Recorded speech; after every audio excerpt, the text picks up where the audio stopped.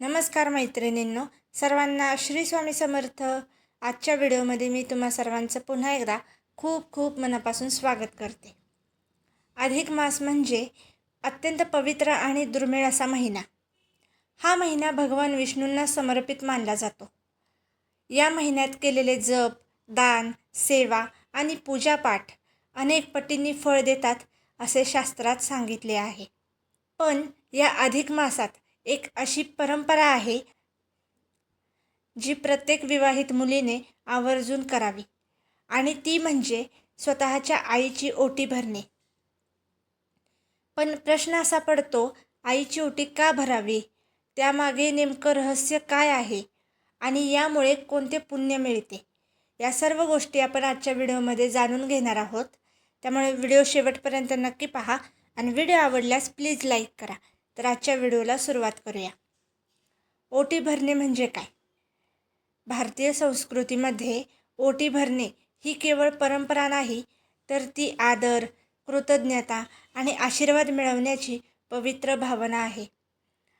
आईच्या पदरात हळद कुंकू लावून, तांदूळ, नारळ, फळ, दक्षिणा, साडी देऊन तिचा सन्मान केला जातो.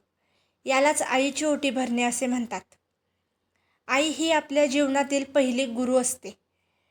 तीच आपल्या जन्माचे कारण असते. तिच्या त्यागामुळेच आपले आयुष्य घडत असते. म्हणून शास्त्रात सांगितले आहे की जिथे आईचा सन्मान होतो तिथे देवतांचा वास असतो. अधिक मासातच हे विशेष का मानले जाते? अधिक मास हा पुण्य कमावण्याचा महिना मानला जातो. या महिन्यात केलेले छोटेसे सत्कर्मसुद्धा अनेक जन्मांचे पुण्य देऊन जाते. आईची ओटी भरल्याने मुलीच्या आयुष्यातील दुःख, अडथळे आणि नकारात्मकता कमी होते. कारण आईचा आशीर्वाद म्हणजे प्रत्यक्ष देवीचा आशीर्वाद मानला जातो. अधिक मासात जर मुलगी प्रेमाने आणि श्रद्धेने आईची ओटी भरते तर तिच्या संसारात सुख, शांती आणि समृद्धी येते असे सांगितले आहे. कोणते पुण्य मिळते? आईची ओटी भरल्याने मिळणारे पुण्य अत्यंत मोठे मानले जाते. आईवडिलांची सेवा केल्याचे पुण्य मिळते. देवी लक्ष्मीची कृपा घरावर कायम राहते. वैवाहिक जीवनातील अडचणी कमी होतात. घरात सुखसमाधान आणि धनवृद्धी होते. मुलीच्या आयुष्यातील संकटे दूर होतात. आईच्या मनातून निघालेला आशीर्वाद हा थेट देवांपर्यंत पोहोचतो असे मानले जाते. शास्त्रात असेही सांगितले आहे की आईचे मन आनंदी ठेवणाऱ्या व्यक्तीवर भगवान विष्णू आणि माता लक्ष्मी विशेष कृपा करतात.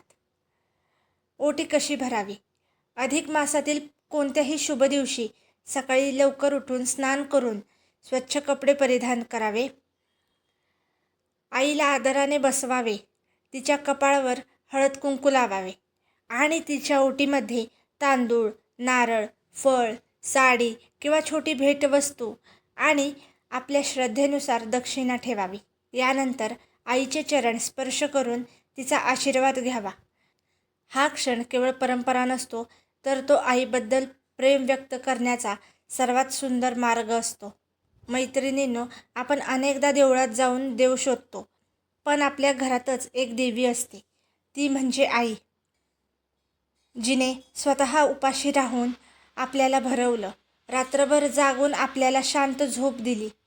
आपल्या प्रत्येक दुःखात जी आपल्यासोबत उभी राहिली, त्या आईची ओटी जर आपण अधिक मासात प्रेमाने भरली तर त्या एका कृतीत अनेक तीर्थयात्रांचे पुण्य सामावलेले असते.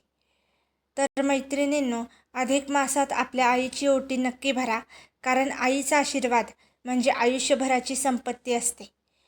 जर आजचा व्हिडिओ तुम्हाला आवडला असेल तर व्हिडिओला लाईक करा, शेअर करा आणि चॅनलला प्लीज सबस्क्राईब करा. पुन्हा भेटू अशाच एका आध्यात्मिक आणि जीवन बदलणाऱ्या व्हिडिओमध्ये. तोपर्यंत सर्वांना श्री स्वामी समर्थ.